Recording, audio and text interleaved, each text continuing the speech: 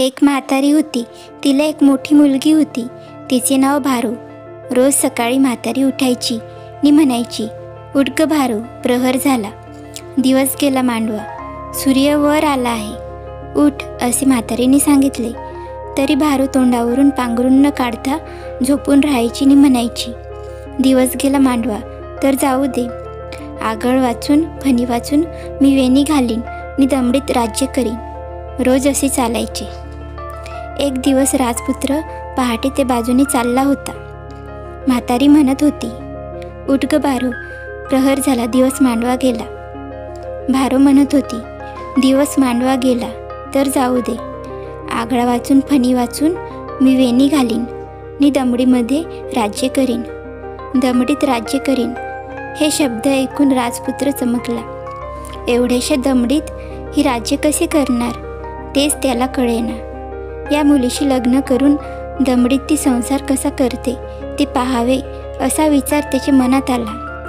बापाला या दरिद्री अनोळखी बाईच्या मुलीशी लग्न करायचे हे कसे सांगावे याचा त्याला प्रश्न पडला. संध्याकाळी तो तबेल्यात लपून बसला. सगळीकडे त्याला शोधण्यासाठी धावपळ चालू झाली होती. राजा चिंतेत होता. इतक्यात राजाच्या बटकी घोड्यांना हरभरे खायला घालायला तबेल्यात आल्या. त्यांनी चणे स्वतः खाल्ले आणि घोड्यांपुढे साले टाकली. ते पाहून राजपुत्राला फार संताप आला. कोपऱ्यातून बाहेर येऊन तो म्हणाला, तुम्ही चणे स्वतः खाता आणि माझ्या घोड्यांना सालपटे घालता काय? तरीच तुम्ही माजलात आणि घोडे रोडावलेत. थांबा, तुम्हाला शिक्षा करतो. पण त्याला पाहून त्या पळत सुटल्या. राजपुत्राचा पत्ता आपण लावला तेव्हा राजाकडून चांगले बक्षीस मिळवण्याचा बेत त्यांनी केला. राजाला जाऊन त्यांनी वर्दी दिली की राजपुत्र तबेल्यात रुसून बसलेला आहे. ताबडतोब राजा तबेल्यात आला आणि म्हणाला, बाळा, तू का रुसलास? तुला कुणी बोलले का, मारले का? तुला बरे नाही का? इथे का बसलास? राजपुत्र म्हणाला, मला कुणी बोलले नाही, मारले नाही, मला काही झाले नाही. रानातल्या म्हातारीच्या मुलीशी माझे लग्न करून द्या. ठीक आहे, असे म्हणून राजाने म्हातारीला आणण्यासाठी शिपाई पाठवला. आपल्या हातून काहीतरी गुन्हा घडला असला पाहिजे. एरवी राजा कशाला आपल्याला बोलवणार असे वाटून म्हातारी भयाने लटपट कापत राजाकडे आली. राजा आदबीने म्हणाला, बसा बाई. तरी ती उभीच राहिली. क्षणभराने ती राजाचे पाय पडली आणि म्हणाली, महाराज, मी काय गुन्हा केला म्हणून मला पकडून आणले? दया करा आणि सोडून द्या. राजाने तिला उठवले व म्हटले, बाई, मी तुम्हाला पकडून आणले नाही. तुमच्या मुलीला माझ्या मुलासाठी मागणी घालतो आहे मी. तुम्ही हो म्हणा. ही मागणी ऐकून तर म्हातारीला वेळ लागायची पाळी आली. कुठे राजा आणि कुठे आपण? आपण ब्रह्मात तर नाही असे वाटून राजाला उत्तर न देताच ती घरी आली आणि तोंडावर पांघरून घेऊन झोपून राहिली. भारू म्हणाली, आई, का झोपलीस? तेव्हा म्हातारीने सारी हकीकत तिला सांगितली. आपण राजघरी पडणार हे पाहून भारूला फार आनंद झाला. ती आईला म्हणाली, आई, आताच जा आणि लग्न ठरवून ये. म्हातारी लग्न ठरवून आली. राजाने मुहूर्त ठरवला. थाटामाटाने लग्न झाले. भारू सासरी राहायला आली. राजपुत्राने राजाला एक मोठे जहाज बांधून घ्यायला सांगितले. 4 महिन्यांनी ते पुरे झाले तेव्हा राजपुत्र बापाला म्हणाला, मी व्यापार करायला जहाजातून जातो. वास्तविक त्याला भारूची परीक्षा घ्यायची होती.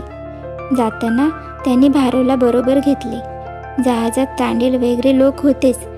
जहाज दूर देशाच्या किनाऱ्याला लागले. त्यावेळी अन्नाचा सर्व साठा संपून गेलेला होता. जहाजात काही शिल्लक नव्हते. बायकोची परीक्षा घ्यायला ही वेळ उत्तम आहे असे पाहून राजपुत्राने 3 दमडीचे अर्ध्या पैशाचे 1 नाणे भारूच्या पदराला हळूच बांधले. आम्ही शहरात जाऊन माल घेऊन येतो, तोवर तू इथे राहा असे सांगून साऱ्या माणसांना घेऊन राजपुत्र खाली उतरला आणि घोड्यावर बसून आपल्या गावी परतून गेला. जहाजावर भारू एकटीच राहिली. एक दिवस गेला. भूक सपाटून लागली. राजपुत्र आला नाही. कुणी नोकर फिरकला नाही. भारो जहाजाच्या कोठीत गेली. सारी कोठी रिकामी होती. इतक्यात पदराची गाठ तिच्या हाती लागली. तिने ती सोडली.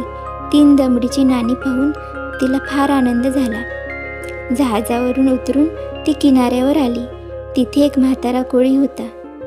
त्याला ती म्हणाली, बाबा, जहाजावर मी एकटी आहे.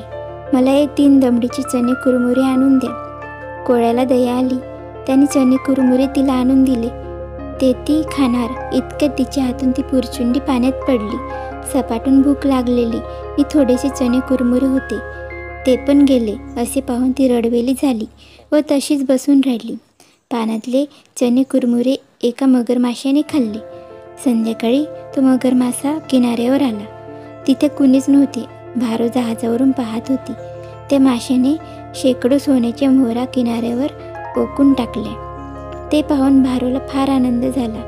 मासा गेला आणि तिने त्या मोहरा गोळा करून लपवून ठेवल्या.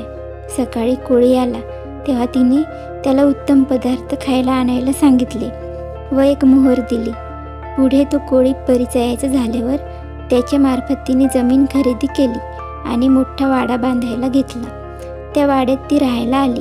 इकडे 4 महिन्यांनी भारोचे काय झाले ते पाहायला राजपुत्र दुसऱ्या जहाजातून आला. जुने जहाज तसेच होते. भारो त्यात नव्हती. ती मेली असली पाहिजे असे त्याला वाटले. घरी उद्या परत जाऊ असे तो म्हणाला. इतक्यात नव्या वाड्याकडे त्याची दृष्टी गेली. हा वाडा कुणाचा? त्याने कोळ्याला विचारले. माझ्या मुलाचा, कोळ्याने सांगितले.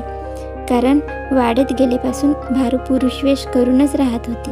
बायकोचा शेवट कसा झाला हे तरी समजावे म्हणून राजपुत्राने तिथे गुप्त वेशाने राहायचे ठरवले.